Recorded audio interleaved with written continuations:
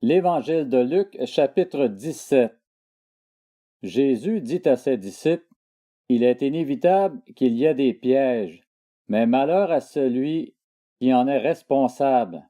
Il vaudrait mieux pour lui qu'on attache à son cou une meule de moulin et qu'on le jette à la mer, plutôt qu'il ne fasse trébucher un seul de ses petits. Faites bien attention à vous-même. Si ton frère a péché contre toi, reprends-le, et s'il reconnaît ses torts, pardonne-lui.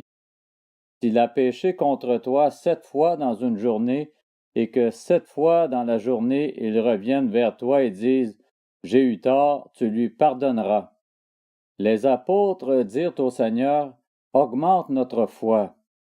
Le Seigneur dit « Si vous aviez de la foi comme une graine de moutarde, vous diriez à ce mûrier « Déracine-toi et va te planter dans la mer », et il vous obéirait.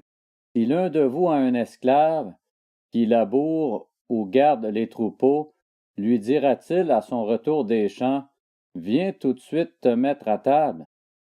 Ne lui dira-t-il pas au contraire « Prépare-moi à souper, ajuste ta tenue pour me servir jusqu'à ce que j'aie mangé et bu. Après cela, toi, tu mangeras et tu boiras. » A-t-il de la reconnaissance envers cet esclave parce qu'il a fait ce qui lui était ordonné? Je ne pense pas. Vous de même, quand vous avez fait tout ce qui vous a été ordonné, dites « Nous sommes des serviteurs inutiles. Nous avons fait ce que nous devions faire. » Alors qu'il se rendait à Jérusalem, Jésus passa entre la Samarie et la Galilée. Comme il entrait dans un village, 10 lépreux vinrent à sa rencontre. Ils se tinrent à distance et se mirent à lui dire « Jésus, Maître, aie pitié de nous. » Lorsqu'il les vit, Jésus leur dit « Allez vous montrer aux prêtres. » Pendant qu'ils y allaient, ils furent guéris. L'un d'eux, se voyant guéri, revint sur ses pas, rendant gloire à Dieu à haute voix. Il tomba le visage contre terre aux pieds de Jésus et le remercia. C'était un Samaritain.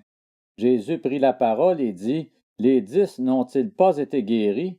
Et les 9 autres, où sont-ils? Ne s'est-il trouvé que cet étranger pour revenir et rendre gloire à Dieu? » Puis il lui dit, « Lève-toi, vas-y, ta foi t'a sauvé. » Les pharisiens demandèrent à Jésus quand viendrait le royaume de Dieu. Il leur répondit, « Le royaume de Dieu ne vient pas en se faisant remarquer. On ne dira pas, il est ici ou il est là. En effet, le royaume de Dieu est au milieu de vous. » Puis il dit aux disciples, « Un temps viendra où vous désirerez voir même un seul des jours du Fils de l'homme, et vous ne le verrez pas. On vous dira, il est ici, il est là. N'y allez pas, n'y courez pas. En effet, tout comme l'éclair resplendit et brille d'une extrémité du ciel à l'autre, ainsi sera le Fils de l'homme dans son jour.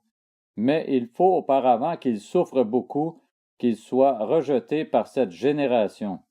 Ce qui est arrivé à l'époque de Noé arrivera de même au jour du Fils de l'homme. Les hommes mangeaient, buvaient, se mariaient et mariaient leurs enfants jusqu'au jour où Noé est entré dans l'arche, puis le déluge est venu et les a tous fait mourir. Ce sera comme à l'époque de Lot. Les hommes mangeaient, buvaient, achetaient, vendaient, plantaient, construisaient. Mais le jour où Lot est sorti de Sodome, une pluie de feu et de soufre est tombée du ciel et les a tous fait mourir. Il en ira de même le jour où le Fils de l'homme apparaîtra. Ce jour-là, que celui qui sera sur le toit et qui aura ses affaires dans la maison ne descende pas pour les prendre, et que celui qui sera dans les champs ne retourne pas non plus en arrière. Souvenez-vous de la femme de Lot. Celui qui cherchera à sauver sa vie la perdra, et celui qui la perdra la conservera. Je vous le dis, cette nuit-là, 2 personnes seront dans un même lit, l'une sera prise et l'autre laissée. 2 femmes moudront ensemble, l'une sera prise et l'autre laissée. 2 hommes seront dans un champ, l'un sera pris et l'autre laissé. Les disciples lui dirent, « Où cela se passera-t-il, Seigneur? » Il répondit, « Là où sera le corps, là se rassembleront aussi les vautours.